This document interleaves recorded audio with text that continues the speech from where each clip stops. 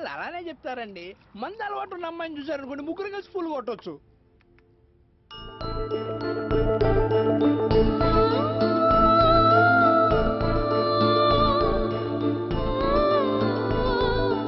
ఇందులో 3 ఔన్సులు వేసి వాటర్ పోసారు, ఇంటికి వెళ్ళేటప్పుడు ఉంటది.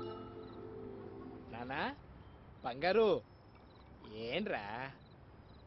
ఏం లేదురా. అంటే నా దగ్గర దాయటం కూడా మొదలు పెట్టావా? ఏ నీ చచ్చి అనుకున్నావా? అంత పరాయి ఉండిపోయానురా. ఏదున్నా సరే షేర్ చేసుకోవాలి. దా పడిపోతారా? వాడికేర్ చూపించు, మేడ మీద నుంచి కిందకి ఇసిరేస్తాను. ఏమైంది నాన్న? మార్నింగ్ నుంచి లెఫ్ట్ సైడ్ ఓ లాగేస్తుందిరా. మందు సిగరెట్ మానేస్తాను నా మీద ఒట్టేసి మళ్ళీ మొదలు పెట్టావా? ఇది ఆ లాగడం కాదురా, మరి పొద్దున్న బస్ స్టాప్ లో ఒక అమ్మాయితో గొడవైంది కదా. కొంప తీసి ఆ పండదానికి కరెక్ట్ అయిపోయావా ఏంటి? చిచిచి, ఆ అమ్మాయి కాదా, మధ్యలో ఒక అమ్మాయి ప్లీజ్ సార్ అంటూ వచ్చింది కదా. అప్పటి నుంచి అమ్మాయి వస్తూ వెళ్తుందిరా. ఎందుకో తను నా కోసమే పుట్టినట్టు అనిపిస్తుందిరా. దేవుడి దయ వల్ల ఆ అమ్మాయికి ఒక పెద్ద ఫ్యామిలీ కూడా ఉంటే ఈ భూమి మీద నా అంత అదృష్టవంతుడు ఉండటరా. ఆ అమ్మాయి ఎవరో ఏంటో డీటెయిల్స్ కావాలి బాబు. దానికి దేవుడు ఎందుకు? బాగున్నాడు. దేవుడు సహజంగా నా వల్ల అవుతా. గున్న మామిడి కొమ్మ మీద గూళ్ళు రెండున్నాయి, ఒక గూటిలో నా రామచిలకుంది, ఒక గూటిలో నా కోయిలుంది. అర్థమైంది బావా. ఏ దిక్కు లేని నీకు చిన్నప్పటి నుంచి అమ్మాయినా నాన్నైనా నేనే బావా. డీటెయిల్స్ కనుక్కుంటా బంగారు. ధర్మో రక్షిత రక్షిత అంటే ధర్మం చేసిన వాడు అడుక్కు తినక తప్పదు.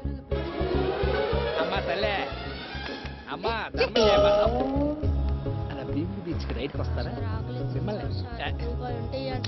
అడుక్కునే సిగ్గులేదు ఎందులో చేసిన పాపలు ఉరికిపోతాయా?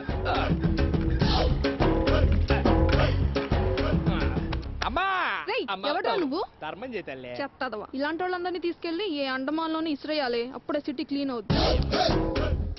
చూడటానికి అంత ఉన్నావు, ఇంత ఇచ్చావేంటమ్మా? లేదురా, ఆస్తి మొత్తం ఇచ్చేస్తాను. ఎలా సరిగ్గా అడుక్కోవడం కూడా తెలియదు, కాళ్ళు కూడా లేవు. అమ్మా చూడటానికి పెద్ద ఫ్యామిలీ ఉన్న దానిలో ఉన్న, కొంచెం ధర్మం చేతల్లే. నిజంగా నువ్వు ధనలచ్చివో అమ్మా. మీ వేరే పేరమ్మా? వైష్ణవి. ఓహో, అమ్మా నాన్న ఊళ్ళో ఉంటారు. ఉన్నారు. తమ్ముడు చెల్లి వదిన అన్నయ్య అందరూ ఊళ్ళో ఉంటారు. బేష్, పిన్ని పెద్దమ్మ అత్త మామ వాళ్ళు కూడా అక్కడే ఉంటారు. ఓహో, మీ పెద్ద ఫ్యామిలీ అన్నమాట.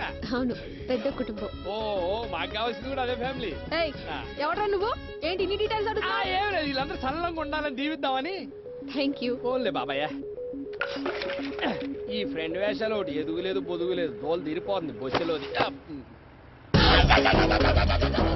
అంటే ప్రొఫెషనల్ కాదు, ఏదో ఫ్రెండ్షిప్ కొద్ది అడుక్కోవాల్సి వచ్చింది. ఒట్టండి.